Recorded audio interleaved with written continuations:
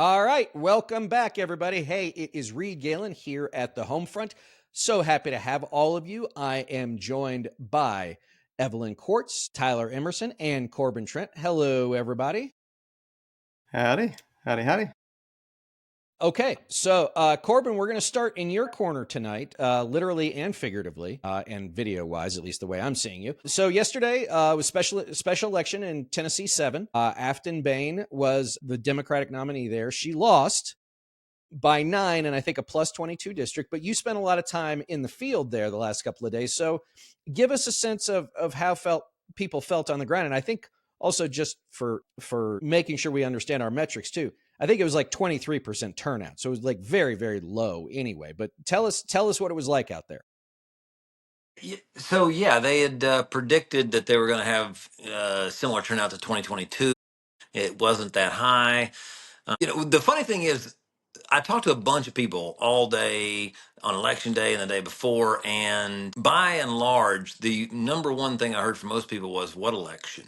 That was the first thing I heard, right? More of than anything. And but the conversations I had at the polling booths were, so obviously in the rural areas there were a lot of Republicans that I was talking to, and there was the traditional, like, I always vote Republican, right? And Donald Trump told me this was an important election, so I came out. Then there was what I did not hear from anybody was, "I'm really excited about Matt, whomever the heck it is, random Republican." Mm-hmm. What's funny is nobody out of the, I don't know, 75, 80 people I talked to said his name. Not a single human being said his name. Afton, I heard her name quite a bit from Republicans and Democrats. So one of the things that I saw about this was a argument against Democrats as a brand, as an identity, more than anything. But then the people that were voting for Afton articulated more of a vision. The one that sticks out to me the most right now is a woman that talked about wanting to see her schools funded or hospitals funded. She was talking about tangible things in the community. Uh, by and large, most of the Republicans were just. I talked to one woman that articulated a why I don't like Afton, and it was, her kid was in private school and it was very religiously motivated. Her motivations were like motivated Right. by what she thought God would want her to do. And so that was sort of that was the closest I found to a wokeism reason for voting against Afton, right? And but most of the but it was the interesting thing about that election, it was actually 8.9. It's not 9, it's 8.9. Let's be real Mm-hmm. here. No, I'm kidding. Horseshoes and hand grenades, right? Yeah. One of the things I said was close counts in this election. And why? Because they took this district, which is Tennessee 5, split it into 3. Now, this is not a Tennessee thing. This is across the country they've done this. They, being the Republican Party, the Democratic Party, both parties have sort of gerrymandered the heck out of their districts. And I believe what we've underestimated is how vulnerable these districts are going to be to a wave election.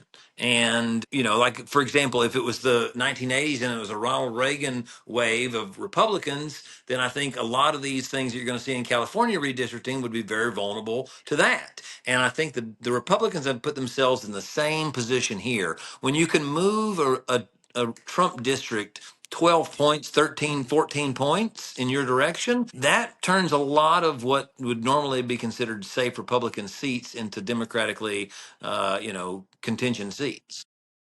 Yeah, well, and one thing, and Corbin, thank you for going out there. I saw a lot of the videos you posted. It was great that you were talking to people. It's about my favorite thing to do. But that is one thing I was thinking about earlier today, is if there are only about 10% of the seats that are available to either party anyway, because to your point about gerrymandering, and if we know that Democrats netted 40 seats in 28, mind, you should be going after the 25 or 30 most vulnerable Republican seats now, right? Beating them down so much that either like they can't ever crawl out, right? Because they can't get out from under the wave, or like a Troy Nels or a Marjorie Taylor Greene, they just throw in the towel, right? Like, I don't, this is going to go the wrong way for me. I don't want to be part of this. But that sort of long range thinking, and I think 11 months in politics is a long time, is I think necessary right now. I think some early work, some early money in some of these places when things are not going to be better, right? Things are not going to be better economically. They're not going to be better socially or culturally.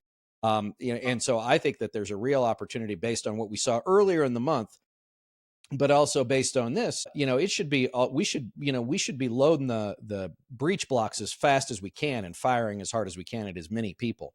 Because if you wait till September, right? Like, the Republicans are good at this, right? Like, I lived that life for a long time. They will get their footing eventually, right? What you want to do is prevent that from happening as long as you can.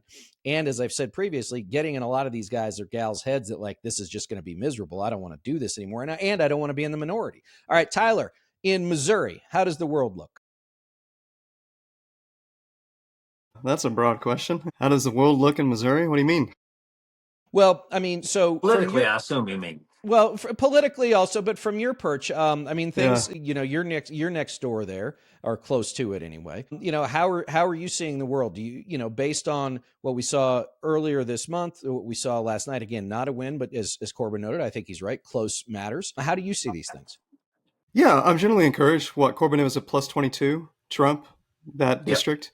Yeah, I mean, that seems pretty damn encouraging. It wasn't the Emerson poll that was within two. She was within two. So it wasn't that, but I mean, things are going in a better direction than otherwise. Yeah, I mean, I think Missouri is reflective of so many states in the Rust Belt and flyover country in this country. When I think of Missouri, Reed, I think of Jess Piper. Here, let me give a shout out to Jess. We need to talk with Jess Piper. That's what I think of. Jess Piper runs Blue Missouri. She's working her ass off every day of every week, and she's been at this for a long time now to turn this state around and to get it from under the boot of this party. And she's amazing. And so few people know about her in the state, much less in the country. And she is not getting a goddamn dime from the Democratic Party, as far as I know. So, yeah, I think of Jess and her project. And until she actually starts getting investment, then this state, as an avatar for this state, we don't have a shot in hell. Or until somebody else starts doing some cool things, which I've got some people I know are going to be trying to do some cool things in states like this. Yeah, man, Jess Piper. Yeah, no, Jess, she's terrific. And yes, she's on Substack as well. So if you are listening, go on and find her and sign up. All right. Now, Evelyn, I know you didn't really want to talk about Tennessee, Well, but I have a question for Corbin, but yeah, I was about this. It seems like the whole conversation around Afton's candidacy is the fact that she was a populist, right? That she had like some economic populist leanings. How do you think, like, did you hear people talking about that? Were they like, was it kind of just like a let's burn the house down candidate, or like how did people process that when you talk to them? No, there was a lot of affordability talk. And, that's one of the things that I think is, and there was some talk about healthcare costs and various things like that. There was definitely a lot of, what do they call it? Kitchen table issues, which I think is ironic because most people don't really do the kitchen table thing anymore, which shows how antiquated our politics are. All right. Yeah. But, whatever you want to call that, there was a lot of that out there. And one of the things that struck me lately about Democratic voters, Democratic politicians, is that there is a lack of understanding that this particular version of capitalism, this one that we're in right now, does not have a reverse gear at all. There is no mechanism for this system to bring prices down, short of like a Great Depression or even, maybe a collapse in housing like we saw back in 07, 08. And so the thing that people want the most, which is to be able to better afford their lives, be able to have some room between them and economic disaster, I don't think anybody out there in the political world is telling them enough of the truth of what that's going to take, the work that that's going to take, and the change that that's going to take. So I didn't hear much of that. Like, to some degree, the Donald Trump burn the house down concept, I believe in it to a degree, right? And that's one of the reasons I'm so frustrated by Donald Trump is because he doesn't actually believe in doing anything for people. I still, I think the Democrats, by and large, that I talked to at least, still thought that we could save it without a lot of disruption. Right. It's interesting too how I've been thinking a lot about how the kind of consultant branded affordability crisis is also that, right? It's this very kind of like neutered, just like, oh yeah, it's just a cost of living crisis, like we have those all the time. Like it doesn't at all gauge the scope of the sort of despair and destruction that is plaguing people's life. I know a lot of you guys liked that. Is it Michael Green's? Yeah. The real poverty line is like at $140,000. This just extreme precarity is like with housing. I mean, we see this with the ability to like afford, just a basic life. Mhm. So I do find when I hear like consultants talking about the cost of living crisis, like it's just another issue, is in a way their own kind of like manufacturing of this narrative that's like, let's just downplay this and it's just another issue. But Well, What I say, they're your not living it. privilege is showing. Yeah, Yeah, they're your not privilege living is it. showing. Right. Yeah. They have no idea. I talked to someone on Capitol Hill today too, and I sent her that article. I said, is there anybody, like, do you think anybody has any ideas? No. It's pretty staggering. So, Evelyn, that was the one thing I wanted to ask you, and Tyler, you're next, I promise, is because you wrote something about the consultant class, and I know that, well, Corbin and I are guilty. I don't know if we are consultants anymore. I don't know, but we live in some netherworld. Yeah, you got two loose lips, you two. Yeah. If you are, you're not going I to know. last very long. No, I know. That's fine. that's Believe me, that's fine. But Evelyn, you did write something about the consultant class, which was as soon as the race was called, there were a couple of sort of center left establishment Democratic groups out there going, this was winnable, but for Afton. This was winnable, but for this was winnable, and all these other things. And to your point about like affordability and all that, but this is one of those where there's, I mean, first of all, affordability, like it is, even in of itself, is so, it's so sanitized, right? I mean, I feel like we're living in like George Carlin's worst nightmare, right? Like, we don't call it shell shock, we call it PTSD, right? Mhm. Like, we don't call it, you can't afford to pay your rent, we call it affordability crisis, right? Like, I mean, I think that's one of those things. So give us a sense of how you saw that, because you had a pretty, I thought, a good statement. Yeah, I think that was Joe wrote who found that from the Welcome Party people. Open invitation. If anyone from the Welcome Party wants to come on and discuss what it is that you stand for, what specific policies you would like to see enacted, sort of the ideological spine of your project, I would love to know, because I can't figure it out. And one of the things that was so interesting to me about their critique of her campaign, they almost get this right. They almost diagnose the wokeism stuff as like correctly as a problem. They can like sense that. And this happens to a lot of like the Matthew Gaze. I can't even say his last name. Yeah, you know what I'm talking about. We just call him Maddie. Those types where they also kind of rail against wokeism, but the conclusion they draw from it is the wrong one, right? Wokeism, if you're looking at it as this kind of structural problem from the left, is that it's this tool to maintain sort of division and control.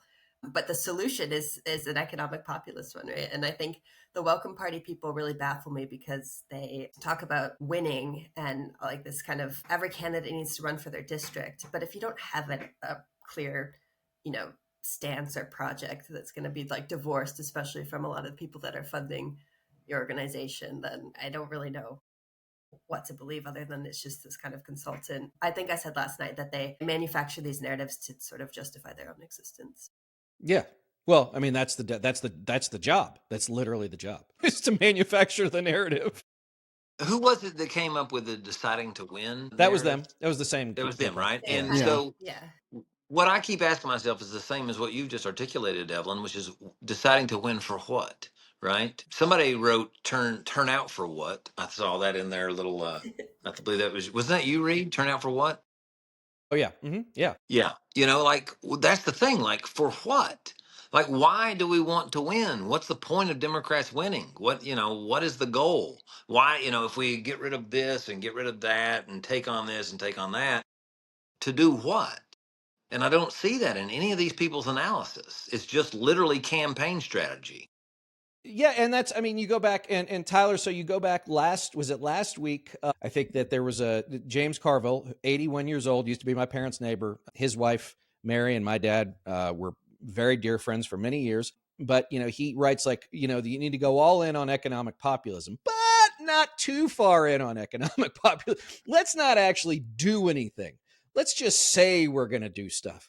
And I actually asked a friend of mine, like, why is he still writing this? And she said, he just can't help himself. He's 81 years old and he can't imagine not being in the spotlight. And I think that says a lot. That's what most of them, I mean, no offense, we knew these people, right? That's what most of them exist to do. It's like, if you can't have a platform, you have to say something. And to keep the money flowing, you have to say something. Right. But Tyler, I'm sorry, I didn't mean to interrupt. Yeah, sorry, Tyler. No, you're good. I mean, yeah, like I don't think I have anything of note to say about James Carville. I mean, I'm a huge fan of his It's the Economy, Stupid. That was right. I think there's a lot of lessons still to be learned in December 2025 from that.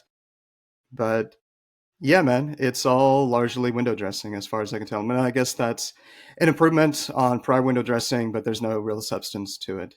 And there's no real understanding, as far as I can tell from him and a lot of folks still, on what that actually means and what time it is in this country and what's going to be required in the fight of our lives and the very short window of time that we have to turn things around.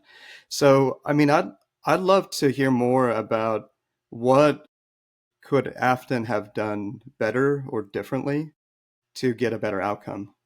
And obviously, I mean, Reed, Corbin, and you would have seemingly the best sense of what that could have been.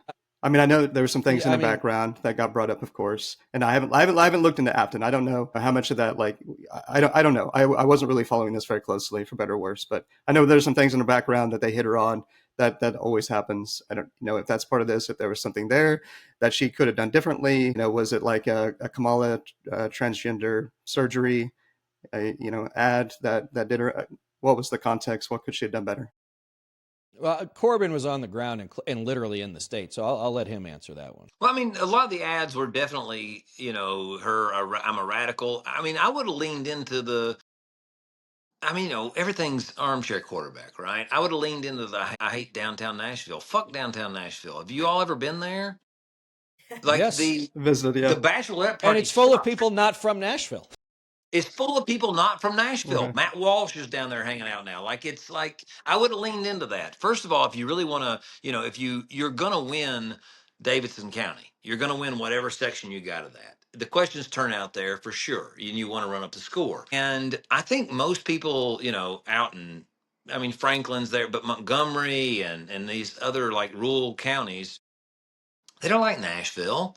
Not what it's become. It's not like Music City, like country music. They were getting there for not liking country music. I hate most country music now. I am a huge fan of folk, like Johnny Cash and this stuff, Sturgill Simpson, Tyler Childers. Like, I love country music. I love folk music. Like, I would have leaned into you're taking my shit and you're turning it into some corporate garbage that you can sell to bachelorettes from London. Screw that. That's what I would have done. You're selling out Tennessee's history to, rich people from around the world and around the country. Maybe I would have done more of that instead of like defending myself and saying, no, actually, I love Nashville, and everything. But I don't think it was a problem with their campaign per se. I think it's building. And you've got to build back trust in the Democratic Party. And I think that takes going after Hakeem Jeffries. Like I had a hit the other day on Chris Hayes, and I was following Hakeem Jeffries, so I had to listen to Hakeem talking. You know how it goes. You're listening, and then you had to eat a chocolate covered espresso bean to wake up. Jesus, man, it was like I was awake from the rage of listening to him talk. It's nearly impossible to follow him. He's like a robot. Yeah, it's so crazy. But so like I would have run more against. But it's a double-edged sword. Do you run against the party and try to turn out people in Davidson County? Or what do you do? All right, so let's just stay on Jeffries for a second, and let's stay on trust within the Democratic Party. So Donald Trump pardoned Texas Congressman Henry Cuellar. He and his wife were under federal indictment for bribery, taking all this stuff. On CNN this afternoon, and Aaron Rupar posted this, so I want to give Aaron credit. Jeffries claims the charges against Cuellar were, quote, very thin, and says Trump's pardon was, quote, exactly the right outcome. Now, don't throw anything at me. I didn't say it. But it's Corbin, it seems to me, because we were talking about the man anyway, this is not a good way to differentiate yourself from the other guys. And I talked to a donor probably 6 months ago, and they said, you seem very upset about like the Democratic Party. I'm like, you're supposed to be better. And every time you have the opportunity to be better, you don't take it. If you're going to wear the white hat, you got to wear the white hat. But if you're out there saying, no, the guy who was paying off all his debts and everything else, I mean, okay, maybe it wasn't his wife. Yeah, I mean, we don't know if it would have been Bob Menendez gold bars and everything else for the Egyptians, but like it was clearly, like I think it was Azerbaijan or some oil company out there, like it was clearly very sketchy, right? And this is one of those where, okay, so he's going to have a primary challenge almost assuredly. He'll have a Republican candidate running against him. He's down in the valley down there. But it seems to me that if you're trying to rebuild trust in your party brand, doing so by defending the actions of the person you say is the worst person in the world, right, because it suits your purposes, seems to me to be exactly what it is you're not supposed to do if you want to be the better people. I actually know why they do this, but go ahead, Corbin. No, hop in there, Evelyn, because Please. I will just rant forever. Go ahead. I was just gonna say this actually. I was thinking about this recently over the Chuy Garcia thing. It's very similar. And I was talking to some people on Capitol Hill. What happened to Chuy Garcia? His chief, he basically like filed paperwork. He decided to run for re-election, and then like announced that he was going to retire. And then his chief of staff filed paperwork, and he supported it like before. So it was like this very kind of insider thing. And Marie Gluesenkamp Perez went to the House floor and said that we stand for democracy. This isn't democratic. When I was talking to people on Capitol Hill, the idea is that everybody loves Chuy Garcia and they're all friends. And so they would never, go to the House floor and trash him. And that was why if you watch the debate, it was all about like, Chuy's a great guy. But they don't see that kind of behavior undermines the very like commitment that they're supposed to have to like quote unquote democracy. So I think with Cuellar, it's probably pretty similar. They're just so linked with all these like organizations, all these PACs that they are like running the same social circles. And they're more committed to upholding that. Maybe they don't even really see the conflict of interest and how it looks to the public, or they just don't care. But that's why I think it is. I think there's this sense of like internal kind of friendship and loyalty that takes precedence over, what they're there. Well, and Corbin and Tyler, I want to get you, but also I am really against chiefs of staff running for their bosses' jobs. Because you already know how to play the game. And I think that too is why like leadership was perfectly okay with the Garcia piece, because they know they're going to get another vote, right? Like it doesn't matter to them. They don't have to worry about this person. I don't even know her name, but they don't have to worry about the fact that like she's going to get out of line, right? Like she already knows where the bathroom is. She knows how to turn the lights on. Instead of wearing a staff badge, now she's going to wear a pin. She's going to have a voting card, all that. But I think your point is a good one. I mean, look, Katie Britt, right? She was, what's his name's chief of staff down in Alabama, right? Like, I mean, this happens a lot. This actually happens a great deal. I find it odious because, again, at that point, you're clearly not even trying to do it for the people that you're supposed to represent. You're clearly just doing it for yourself. And what's really despicable about it is it's not just like one cycle, and this cycle is different. Like because then they're an incumbent, and they have to protect incumbents, right? So then you're shielded in the shroud of incumbency, and the Democratic Party has to protect you. And so that the AOC Crowley actually got in the exact same way. There was a filing deadline. He was the only one that knew that the person that was an incumbent wasn't going to run again. He was the one that gathered the signatures. He got in, and there it was, right? And then 20 years later, he gets ousted by AOC. But it took 20 freaking years to get him out. Like, and that's the same thing that's going to happen here. This idea that you can be a party that is saying the system is broken, that affordability is broken, the economy is not delivering for people. You have to be able to call out your friends because those are your friends. Yes. And so few people want to be able to, and I get it. Like most people aren't like me. They don't want to talk shit. Like I can tell you though that a California congressman, I'm not going to tell you who it was, Khan is his last name, but I won't tell you his first name, was asking me how he could be president because that is his greatest desire in the world, to be president. And I said to him, what you can do is endorse Shoykat Chakrabarty against Nancy Pelosi, and that will show that you're willing to turn the page in the Democratic Party. And this was before she dropped out. This is months and months ago. And he's not willing to do that. Why? Because it's antithetical to the idea of being a party member. You first. Your party first. And that way of thinking will keep them in the 48 to 52 range for a long time. Right. And Well, and that's yeah, Roe, who gets attacked every single day. I mean, he just I didn't say has that was his APAC. first name. No, I I'm didn't say sorry. it was his I'm first name. sorry. Must be another guy. There are. I'm sure there's multiple Kanas in the house right now. So yeah. I mean, he just put out a video. Apparently, APAC dumped a lot of money into his district. So anyhow, I mean, that's like, yeah. There's a lot that I'm a big fan of.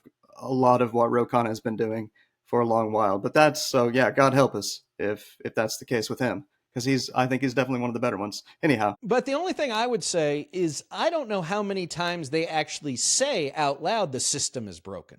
I don't know that that's a regular talking point. I think they talk a lot about Donald Trump and how bad he is for the American people, but I don't know that I think it's very hard for them to fundamentally say out loud, oh no, the system's broken, because then A, that makes them partially responsible for it. And B, if you say it, then you got to do something about it. And they don't want to admit responsibility. They just say that we have an affordability crisis. That's how they say it's broken. Right. I think they're saying the system is broken now more than normal. That actually is becoming a more commonplace thing. But it's sort of like when they said the banks were too big to fail and then they didn't break them up afterwards. You know, the crazy thing is you can say this like really hideous thing is happening and then not do anything about it. And for whatever reason, that's acceptable in politics. You know, they did the same thing with Donald Trump and his impeachments. They've done it again. I think now with whether or not Hegseth double tapped, you know, was the deciding factor in double tapping one of these Venezuelan boats, which would be a war crime, is a war crime. I'm not even sure it's a war crime. It might just be murder. I don't think it even needs another Obama name. did it too. Yeah. So exactly though, like so, and Hakeem's backing off on that, right? So Jeffries, he is the epitome, the embodiment of everything I hate personally about the Democratic Party. He's everything that I say is why Democrats don't stand, you know, a snowball's chance in hell of winning in Tennessee or West Virginia again. You know, places that had Democratic trifectas for a century. West Virginia, right? Because these people are full of shit.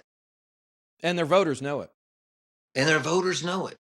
I mean, I was talking to a friend of mine yesterday, and we were talking about the Cheneys, about Dick Cheney and Liz Cheney, and the idea of Dick Cheney having endorsed Kamala Harris. And wow, that was amazing. And I said, you know, you have to remember that he wasn't endorsing Kamala Harris because he really liked Kamala Harris. He endorsed Kamala Harris because she represented the system that he understood and worked for him.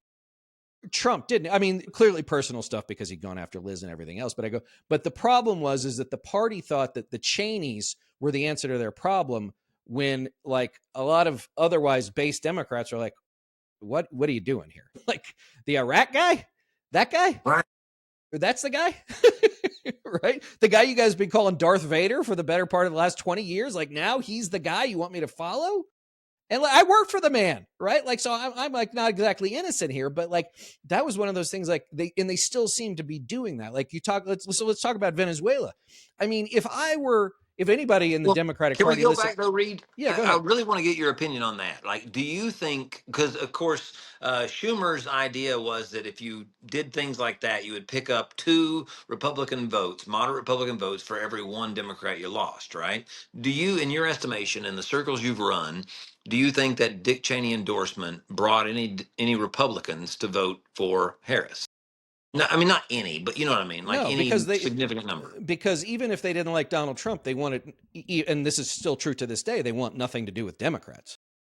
Right? Like it's not an either or. It's a yes or no. It's a I'll do this or I won't do anything. Right. And I would venture to say that, frankly, that's going to be a hell of a lot of a big opportunity for Democrats in 2026. Is there's going to be a lot of Republicans who are like, I don't want anything to do with this guy anymore. And we saw that a few weeks ago, right? Which is these people, whether or not they're people like my friends, I used to be, my friends used to be, the option is that they're just going to stay home. Right. They don't like anybody. And we've seen that with Democratic based voters too. Like it's not just a uniparty issue. They have their own problem too. And when Trump is in office, but not on the ballot, he is an albatross for them. And the idea that Democrats now saying, oh, well, we'll go to the neocons, right? And the neocons will bring us to the promised land. Like, what are you talking about? Right. Like that's just not the thing.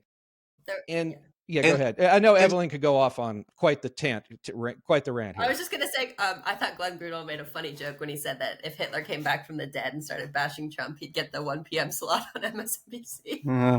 Right. Like, well, it's just like, I mean, John Bolton is pretty much the same, right? Like, these people are now their heroes. John Bolton's on CNN. Well, can I just say one more thing, Corbin, that I want to hear from you? Is like, this is the same thing I think about with like James Comey. Like, I don't think James Comey should have been indicted, but James Comey is no freaking hero. Exactly. Right? Like, this guy, he's played every side of the ball since he's been in Washington for the last 35 freaking years. He's no hero. Yes. Right?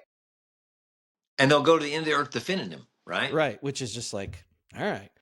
So to close on what I wonder though, if Donald Trump did sort of show himself as still relevant electorally with Tennessee 7, because I think that people are going to take away from this that Donald Trump coming in big and pushing hard, and then I think there's going to be a little bit of a redeeming quality to Donald Trump's albatross narrative in Tennessee 7. I think people are going to think that he staved off the worst of the worst. What do you think? Maybe, but to your point, I mean, if the extent of his activity was, talking into Mike Johnson's cell phone, like into a micro, I mean, okay, right? Well, I mean, he also tweeted, "Patriots, get out there and vote." Like, yeah. Well, look, I mean, to that point, and then Tyler, I know you had something to say, so I promise we're coming to you next. You're good. J.D. Vance would not be vice president of the United States without Donald Trump. Remember, Donald Trump's last-minute endorsement gave Vance a 1-point win in that primary. Not a 10-point, not a 20-point, a 1-point win in that primary. So he can move numbers. There's no question about it. I think and it was a special election. It was also a plus 22 district, right? Mm-hmm. So like if he hadn't done that, maybe Afton loses by 5. Maybe she loses, right? Like, so maybe it was just too high a hill to climb. I don't know. Or maybe Emerson poll comes out right and it's 2 or whatever it is, right? But I don't think he saved him from losing. I agree with you. But I do think that him showing up, staving off the worst of the worst, sort of builds his credibility back with the Republican caucus in the House especially. And my fear is that it has them sort of glomming on to him still, just because he showed up at the end. But in my opinion, I think that's actually a good thing. Because, agreed. Anyway, Tyler, go ahead. Yeah, well, I know we're going to transition to Venezuela, and this part of the longer discussion, I'm just trying to wrap my head around like what you guys think were the root opportunities here. So like, is one root opportunity, do you think that she should have ran as an independent, a la, what's the guy's name, Dan Osborne style, in wherever Dan was running, Nebraska. So that's one. Like, I'd love to establish what you guys think about that. Should she have ran? I hadn't thought about it. I mean, she is a Democratic office holder, right? Like, right. Yeah. She's okay. So that's okay. Right. Okay. It's fair not enough. really an option. It's not really an option. Yeah. Okay. So and I mean, in Tennessee has gone very red, as Corbin knows, but yeah, I feel like the Democratic Party in Nebraska is moribund, right? Let me ask the actual question I'm trying to ask. And I'm sure there's data on this. I've seen some of this. I just can't recall it offhand. I mean, like, it seems to go without saying that the Democratic Party has a branding problem for a lot of legitimate fucking reasons in this country, particularly among the working class. So that, I don't know how heavy that is, but that exists. Like, so again, this is longer, but what are the most optimized ways to try to address that meaningfully? If you're going to continue to run, if people are going to continue to run as Democrats, right? Like, how heavy is this albatross is like what I'm curious if you guys have a perspective on that. Does it mean that you actually need to have a lot of people just running as independents, populist independents across this country, in these Rust Belt South areas? Or I have tried to do this several times. The problem is that even today, as unhappy as most voters are with RND, and they have every right to be, it is still shorthand for people. And if you look at all the survey work we did when I was trying to work on third party stuff, do you want a third party? 80% yes. Would you vote for a third party? 80% no. Right? Like, it's just, unless you're Jesse Ventura, right? Yeah. Like who had a radio show every day, who was also a movie star and a wrestling star and a Navy SEAL and everything else, right? Where he could bring an already existing persona to bear. You're going to get 2, 3, 4, 5% in a three-way race. It's just very, very difficult. It's also what Interesting. happened to, I mean, Bernie was given the option to run on the Green Party line in 2016. And he said basically no, because he didn't want to end up like Ralph Nader. The spoiler effect. Yeah. Yeah. I remember that. Yeah. Okay. Yeah. Anyway, And I interesting. mean, I Yeah. think the way you rehabilitate the brand is you have to call out the brand for needing rehabilitation in the first place. Yeah. right. Yeah. An intervention. Yes. You got to have an intervention, like and Cory Booker and what's this other senator that's coming out right now from Connecticut, I believe, maybe what's Chris his Murphy. name? Murphy. Some of these folks are getting closer to saying Democrats are missing this or not doing that. Like Booker, I think in his New York Times piece said that he wants to have like strong conversations or uncomfortable conversations. I don't know what the words he used were, but like Yeah. you've got to call out specific people because that's the way people read politics now is with individuals.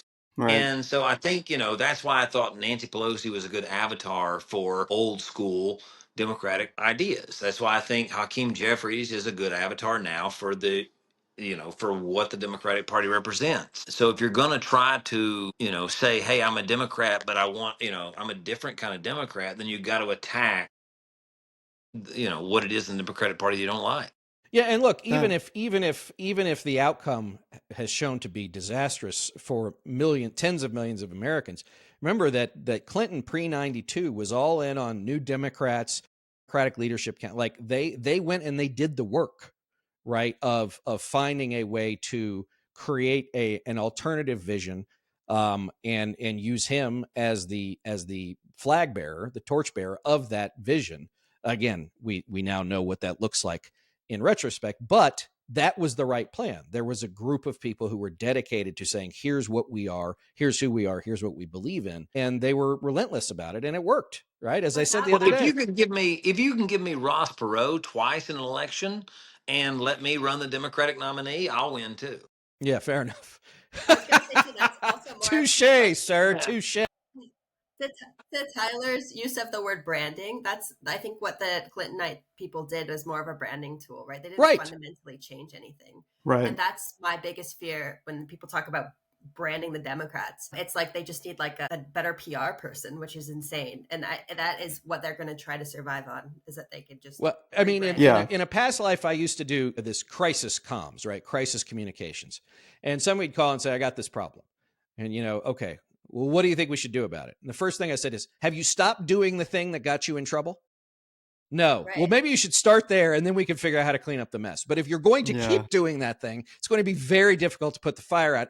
As I've got a fire hose and you've got a can of gasoline, these things are not going to work together. And maybe admit what you did. Yeah, admit what you did. And to your point, Evelyn, I mean, yes, it was a branding exercise, but I actually would say, no, they succeeded.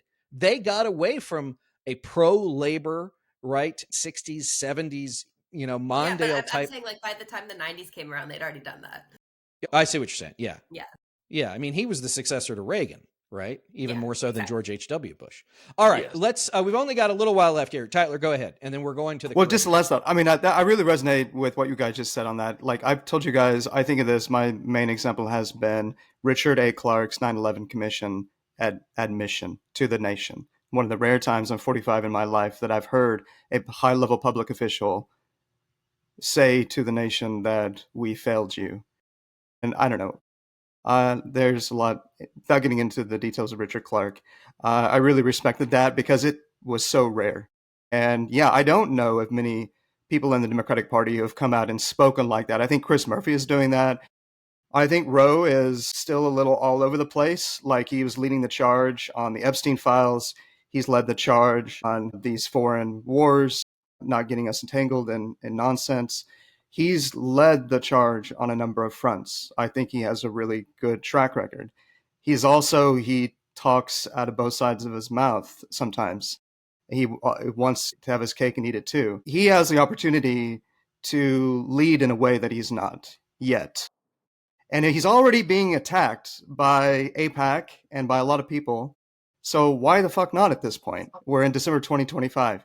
Anyway, like, he's someone who I look to and still hold out some hope for, because God knows we need more people like him. Well, as Jeffrey Pelt, the national security advisor in the great movie The Hunt for Red October, said, I'm a politician. When I'm not kissing babies, I'm stealing their lollipops. Right? So, like, they are Fair enough. politicians. Let's be very clear. Love that movie. Great movie. That is a Great good movie. movie. Also, so let's talk about Tom Clancy novels. Let's talk about Clear and Present Danger. Let's do Another story of South America and illegal wars. So, Evelyn, take us here, because Vietnam wasn't a good enough example. Iraq wasn't a good enough example. The beginning of Afghanistan made sense from a national security response perspective. The next 20 years didn't. So give us your take on what's going on in the Caribbean.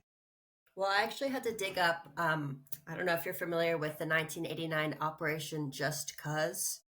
Just Cause. You mean in Panama? Yes. Yes. So this was George H.W.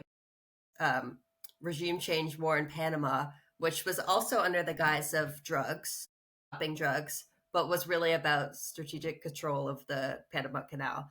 And obviously this is the same situation in Venezuela, right? It's about Has Trump pardoned Manuel Noriega? Is he even alive anymore? I don't know. Yeah, so the idea that it's about drugs is like, it's just totally propaganda, right? It's just insane. Like, with all the contradictions of Trump, it's pretty obvious. But yeah, I mean, I could go on about this. I think like all US foreign policy is justified in these binaries, good versus evil. It's never about that. It's always about something else. And this is happening in Israel and Ukraine as well. So I don't know where we want to go, but yeah. Well, where do you want to go? Let's go there. Well, I think it's really interesting because I think, like, I just wrote a piece about this on how propaganda is so effective when it comes to military intervention because it happens so far away.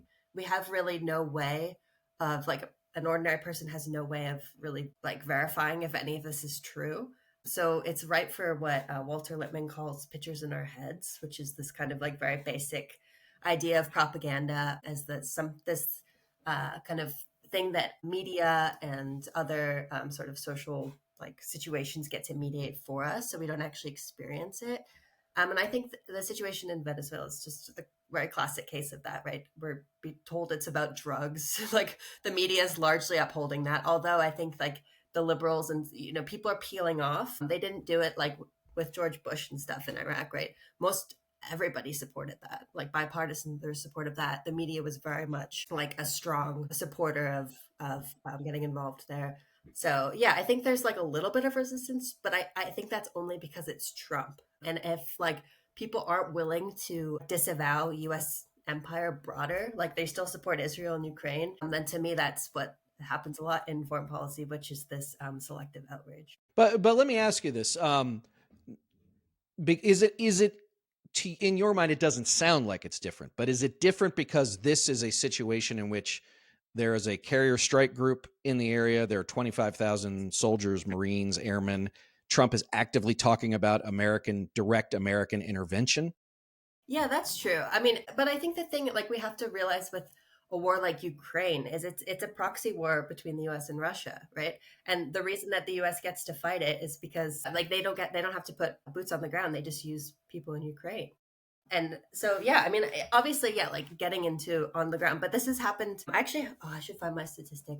I think it was that, like, the US has interfered in 80 of these kind of, like, CIA covert operations in the past, like, 60 years.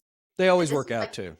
This is part and parcel. They never work, and they're very selective. It's like they can be doing something that's totally, like, abhorrent when it comes to human rights and democracy, but if it serves the geopolitical interests, we look the other way, and then you call that protecting democracy. Like, this is Noam Chomsky's whole, like, life's work, like, talking about this kind of stuff. So yeah, to me, it's like, if you're not principled against sort of this, like, unfettered US empire killing machine, then I don't want to hear your outrage about Venezuela. Corbin? I mean, I think that it's an opportunity for us to highlight more overt hypocrisy from Trump, in that he ran as a non-interventionist. He ran as a non-war president. And, a lot of what he talked about is they're going to get us in this war, they're going to get us in that war. I mean, I think it's, wagging the tail, or what's that saying? Wag the dog, yeah. Yeah, there's very much like he's got a lot going on. He needs some distraction. He needs some way to solidify American support, and there's no better way to do that than through war. I think this is too niche to really be a thing that brings America together and has us flying our flags and putting yellow ribbons around the old oak tree, fighting against Maduro. I don't think this is going to do it, but I think that's the idea. I think that a lot of times with people have political power, they use war as a political weapon to build support and to build to build walls around their reelectability. Not that it would be Trump's, but maybe it would be. It's bizarre to me that we're as Appalachian, I used to get really enraged that Pablo Escobar was villainized while the Sacklers had buildings named after them. Sure. Still It have used to buildings really, named after them in some places. They still get to it go used on vacation in Palm Beach, right? Right. it used to really bother me. I mean, it still does, right? I don't think about it as much as I used to. But the idea that it's about drugs, like it's obviously like they're pardoning the guy that brought in shit tons of cocaine. And the funny thing to me is that it's this like there's so much cocaine on the Hill. I don't know, can our Hill people verify this, right? Lots of cocaine on the Hill, but it's there, right? So the funny thing is, like fentanyl, we can all say bad news, but even like like Hunter Biden living his best life, he was, meth and cocaine, right? Crack and whatever. Like the funny thing to me is that it's still the division between the poors and the elite, right? You guys are dealing with your fentanyl and your trashy drugs. We're just dealing with a little cocaine or whatever. Like it's even in the wars and the drugs, we still have this class division. You know what I mean? And it's really remarkable to me that exists even down to drug culture and drug wars. Well, and the thing too, Corbin, is they're saying like, oh, you're too stupid to notice that fentanyl is the main killer of overwhelmingly the main killer, cause of overdoses. But that's not has nothing to do with Venezuela. Yeah, it Nothing comes to from do with China. Venezuela. Yeah, The precursors Right. come from China, get made, and then it gets put together in we're not massive even talking factories about in the light Mexico, drugs. right? Exactly.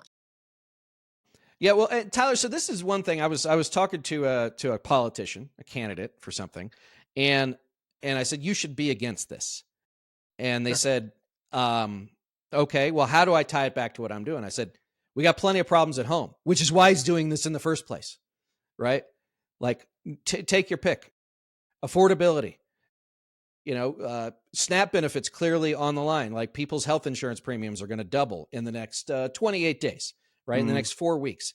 Yeah, we're going to have another shutdown or whatever silliness. I don't want to call it, I don't want to downplay it, but another ridiculous farce sometime at the end of January when they do this all over again, right? Like there's plenty of reasons, like to your point, and that's what I said is Trump said no more foreign wars. No more. We weren't going to do this. Iraq was a disaster. Afghanistan was a disaster. Obviously, he got 8 deferments for his bone spurs to get out of Vietnam. He thought that anybody that went over there, he has, except for generals that look like Hitler's generals, he holds the military in very low regard and the people that serve in very low regard. They're just, to him, it's a video game. And to Hegseth, it's, just playing with toys. And so here now you have incompetence, mixed with insanity, mixed with, domestic issues. Again, to your right. I mean, Corbin, in 1964, Johnson's like, I got to look strong on communism, right? So I got to do more in Vietnam. And, in 1965, Marines go ashore, right? We already had tens of thousands of people there, but like the first combat troop, and it's another 10 years before they get out. Yeah. I was talking to somebody yesterday, like, well, Iraq's in better shape now than it was under Saddam. I'm like, that was 25 years ago, 22 years ago, and 1 million people had to die, right? Yeah. Like, I'm not sure that's a great argument for the fact that we went there. But I think, Evelyn, your point is a good one. And to me, this is, I think, a conversation both for 2026, but I think for 2027 and 2028 too, which is, what is America's place in the world? And in America, what is the president's role in this stuff? Right? Like, I mean, Congress has completely abdicated. They were supposed to be the ones who said, you can or can't do this, right? The Congress is supposed to declare war. They did it again in Tonkin. They did it in Afghanistan. They did it in Iraq. They, these incredibly broad authorizations for use of military force. At some point, you'd say, no, we shouldn't do this. Not to mention, we can't afford it. Right? Well, this is too where we need a bigger movement on the left, because the new right has connected the dots very well. Like, this is what Fuentes is all about and stuff. Everyone in the kind of neocon, like, conservative establishment will say, like, Fuentes is a Nazi. Don't listen to him. But the real reason they hate him is because he criticizes Israel and he doesn't like the wars, right? And, like, that's just Marjorie Taylor Greene and Tucker Carlson and stuff. So I hope that the left can put together a movement which is truly populist, but also can connect the dots between, I mean, if you want to go to like a socialist, like a movement that is rooted in like the needs of people in our country and in our communities, and stops these really horrific killing machine wars. Well, and the people who actually have to go fight these wars are the same people that are from Corbin's neck of the woods who, right, like 1% of the population, most of them come far below, the affordability line, whatever bullshit line that is. Right. So like, we don't have to deal with it, right, on a daily basis. Exactly. And this crazy obsession that a lot of the elite people have with war, they never see it. They just love to, like, kind of fantasize about this stuff. And it's like, it's disturbing, right? It's gross. President Bone Spurs is not an anomaly. That's not like a weird thing. Like, there was all sorts of ways to get out of serving in Vietnam, and my dad took the more difficult way, which is go to Canada. Did he really?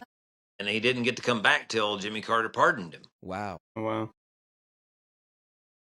The thing is, like, there's this idea that we're going to do these wars, that they're of no cost to us, they're only beneficial, but they do cost us. They cost us in blood, they cost us in treasure, they cost us in moral standing, right? This idea that we've at least killed one boat filled with fishermen, at least, right, that's been reported. Right. And I don't know how many more. And it's not like these people, the administration is providing us evidence that these were even drug boats to start with.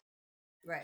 So we're expected to believe that a administration is completely full of shit is telling us the truth about this. And Hegseth is out there saying things like all these journalists in their air-conditioned offices are, criticizing military commanders in their air-conditioned offices. Like, I don't even understand really what the argument is. Like, yes, everybody that is making decisions about what kills poor people or poor people are killing are in air-conditioned offices. This is definitely the way it goes. So, and I agree with you, Evelyn, that the right is starting to draw, to connect the dots. And it's a shame because they don't have solutions for how to fix the underlying problems that are empowering their movement. It's at best like some sort of libertarian free for all, and at worst authoritarian or monarchy rule. And it's a shame that we aren't seeing more people on the left or the Democratic Party side say, hey, actually, we're going to come together like the Amish do, and we're going to build a barn, but it's going to be a hospital, or it's going to be a daycare center, or it's going to be a chip factory, or, like, we're going to do these things together. We're going to build a stronger, more vibrant nation that has a means of making a living, and it has utility to the world other than promising not to bomb you. I think that's sort of the weird thing that we're getting into as a nation. Like, we used to export like blue jeans and culture and all kinds of cool Coca-Cola, gadgets, right? And now we're exporting "we won't hurt you" and U.S. dollars. Well, remember, I mean, Henry Kissinger, who I think is a devil of all devils, remember what he once said: the only thing worse than being America's enemy is being her friend, right? And he would know. Yeah. He would know, of course. He would know.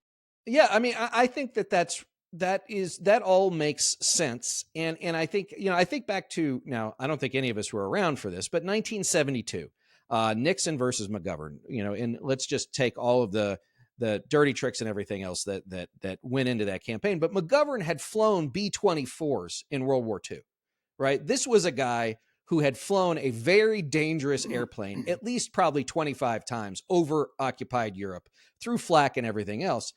And he is painted as like this pinko, right? And to me, it's like, no, he did his part. Like, it's what, I mean, it was when Eisenhower first got to office, he was always very, very skeptical of the Pentagon because he had run the place.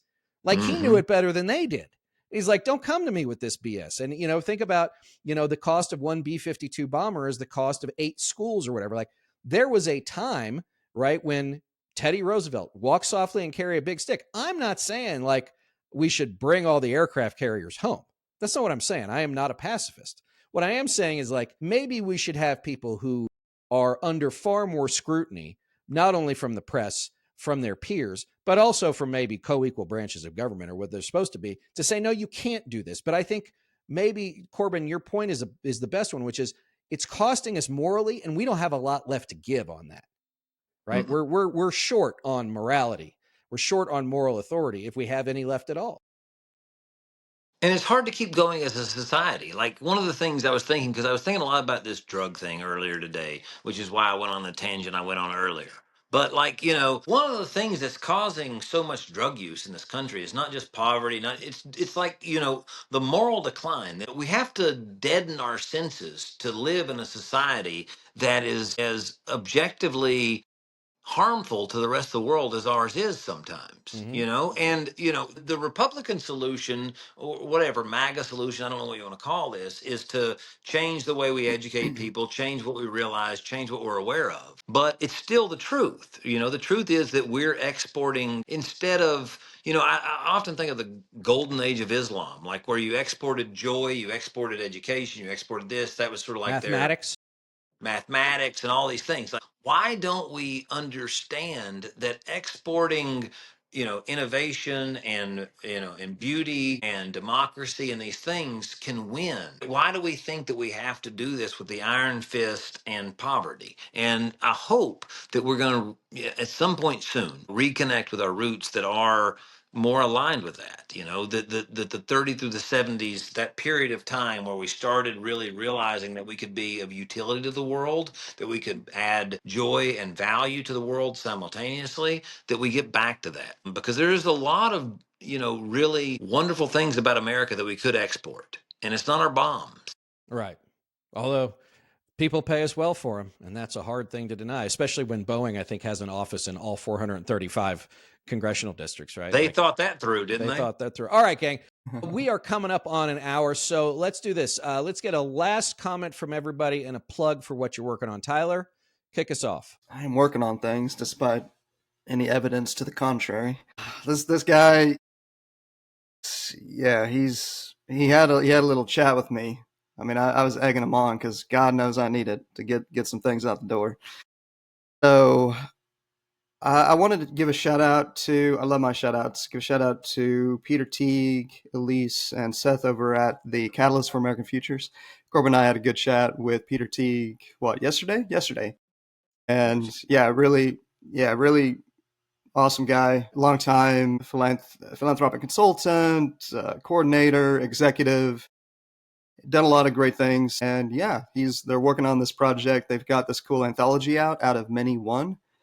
27 different contributions around the theme of American Universalism. It's really great work. So if folks haven't seen them, they're at the All American on Substack. All right, check them out. All right, Corbin, how about you? Well, I'm going to plug myself because I'm not as generous as Tyler. America's Undoing is where I'm writing, and I'm all over the Substack. I'm all over TikTok and other places. I'm talking about how to take what Tennessee built federally, nationally. We built TVA dams. We built the Arsenal of Democracy, built Oak Ridge through the Manhattan Project. I'm talking about what big public works can do and how to be a different Democratic Party. And that's where you can find it, at americasundoing.com. All right. Evelyn, how about you? Very nice. Yeah, my Substack, Quartz Evelyn, writing a lot about sort of ideology and some of this more kind of epistemic stuff around sort of where we go from here, the future. I talk a little bit about the Democrats, but I'm interested in sort of like communications and messaging from a more like philosophical standpoint, I guess I would say. So great conversation. Thanks for having us, Reed. No, as always, yes, gang, thank you. Hey guys, you can check me out here at the Homefront. I hope you'll subscribe. And if you are sitting around trying to figure out what it is you can do to help the country, I need you to go to jointheunion.us, jointheunion.us, join 175,000 of your fellow Americans in all 50 states doing what they can do all day, every day to keep this ship afloat. All right, Tyler, Corbin, Evelyn, thanks for joining me. Real Everybody pleasure. Else, we'll see Have you a next great time. one, Reed. Hold on. I got to turn this off.